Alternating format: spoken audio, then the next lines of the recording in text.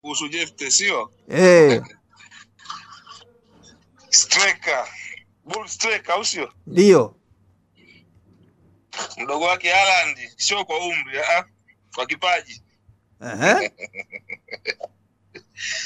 Amesaini mmoja Azam kama alivyokuwa Ibenge.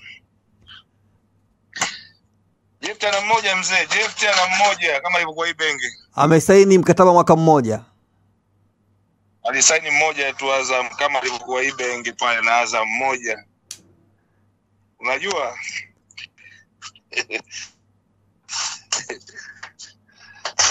Nimekujibu swali lako, amesaini mmoja. Jefte ana mmoja Azam, ana mmoja Azam. Ndio.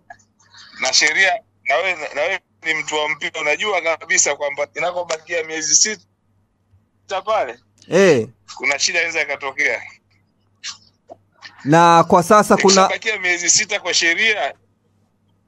Kwa sheria ya FIFA na umri wa Jefte anaweza kuzungumza na klabu yoyote kibakia miezi 6. Ndio mpira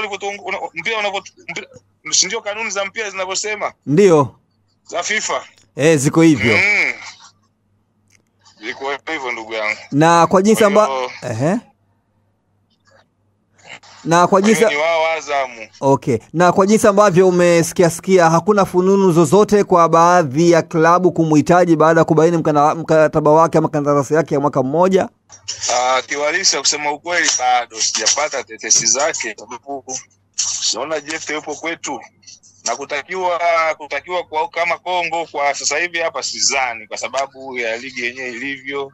Na alikotokea, kwa sababu kama huko Kongo klabu kubwa naifahamu ni Mazembe na Vita hapo na Lupo, lakini sasa sijaona hizo habari, na haswa kumchukua mchezaji ambaye ameshasajiliwa na vilabu vya Tanzania mara nyingi kwa timu za huku, labda kule mwenyewe mchezaji mwenyewe aonyeshe ule ushirikiano, lakini kumtoa hivi direct hasa kwa Mazembe inayoiona hapa, sababu ndio timu kubwa sana, inakuwa kidogo ina changamoto.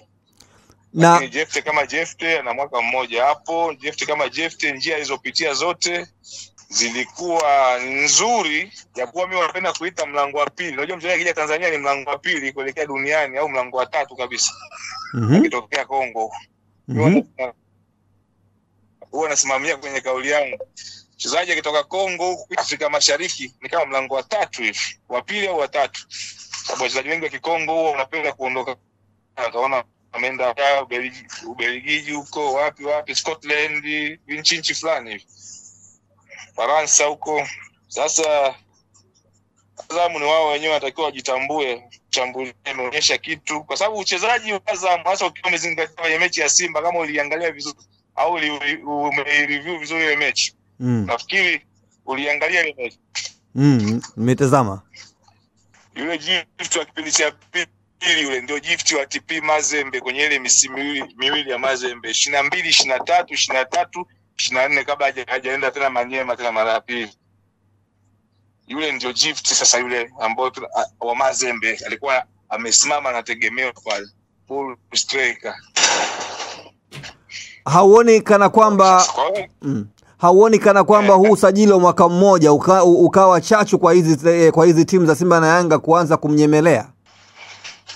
Kwa sababu ni mshambuliaji mzuri, na zile Simba na Yanga ni timu kubwa, kwa sababu mpaka sasa zimeelekea kwenye timu kubwa japokuwa hazina makombe ya kimataifa, lakini Simba na Yanga ni timu kubwa. Sasa hivi washapata finali moja hata ya kimashindano ya kimkakati. Ina maana kwamba unaona, juzi kama ni siku 4 zilizopita nimejaribu kuongea na kiongozi mmoja wa Azam kuelekea transfer market, lakini siwezi kugusia yale ya ndani, lakini mojawapo nilitoa ushauri. Unafuata? Nakusikia. Nilimpa ushauri ule kiongozi kwamba cha kwanza tunatakiwa tuongeze mshambuliaji, tupate wachezaji kama 3 4 pale Azam kwenye ligi dogo hizi. 3 au 4, lakini katika hao 3 au 4 tunatakiwa tumpate mtu wa kufanya kazi na Jefte. Yaani ikiwezekana tuanze kama 4-4-2 fulani hivi au 4-2-3 fulani hivi. Chuna nipate. Mimi napendelea sana nione pale Azam inacheza 4-2-3-1, Jefte tangulia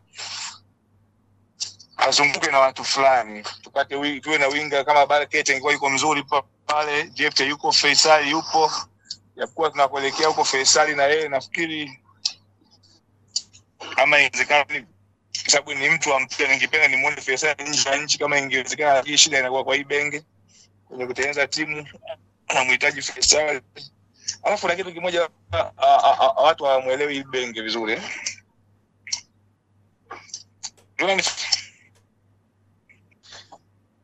Hello? Unanifuata? Unanisikia? Nakusikia. Nasema watu hawamuelewi Ibenge. Ule mkataba wenyewe alisaini mwaka mmoja ule, na kocha kasaini mwaka mmoja. Kuna kitu cha kujiuliza pale, kama tunazungumza football.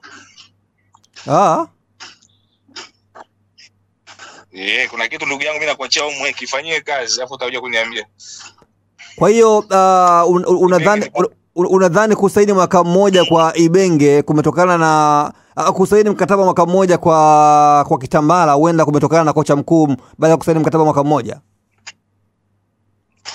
Wachezaji wengi hasa wengi wa kipindi hichi cha miaka 5 7 kuja juu mpaka sasa, na huyu mwalimu wao Ibenge ni mwalimu mkubwa hapa sana katika walimu wazao, yeye ni mwalimu namba 1 kwa sasa huko.